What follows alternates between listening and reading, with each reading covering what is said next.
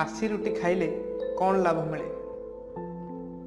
घरे साधारणतः बासी रुटी थिले आमे ताकू कुकुर को देई थाउ बा खराब जिनस भाभी फोपाड़ी दी थाउ।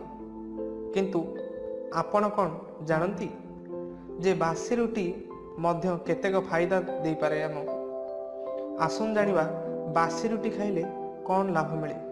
प्रथमे आमे जानिबा केउ केउ रोग पई बासी रुटी आम पई जरूरी। एक होची रक्तचाप, दुई होची गैस समस्या, तीन रे उत्तेजना, चार होची सुगर। एक रे रक्तचाप। जदि आपण रक्तचाप रे पीड़ित तेबे बासी रुटी खाइबा आपणक पई लाभदायक। एणु प्रतिदिन सकाळे ठंडा क्षीर सहित बासी रुटी खाआंतु। एभली कले आपणकर उच्च रक्तचाप संतुलित होइबो। गैस समस्या, दुई रे गैस समस्या। जदि आपण दीर्घ समय धरी क्षुधित बा भोकिला अछंती तेबे आपणक ठारे गैस बा एसिडिटी भली समस्या परिलक्षित होइथाय। एणु सकाळे बासी रुटी खांती तेबे गैस समस्या मध्य रहिबो नहीं।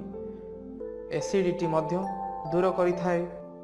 जेउ माने बासी रुटी सहित दुग्ध खाइले सुगर नियंत्रण होइथाय।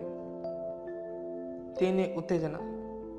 जदि आपणकर पेट गंडोल रही थाए ओ बेले बेले एथिपाई भी मानसिक उत्तेजना देखा जाय थाए तेबे प्रतिदिन सकाळे क्षीर सहित बासी रुटी खांतु।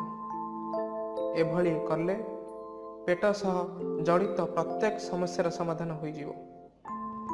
चार सुगर। जो लोक बासी रुटी सहित क्षीर खाती सेमानकर सुगर कंट्रोल रही।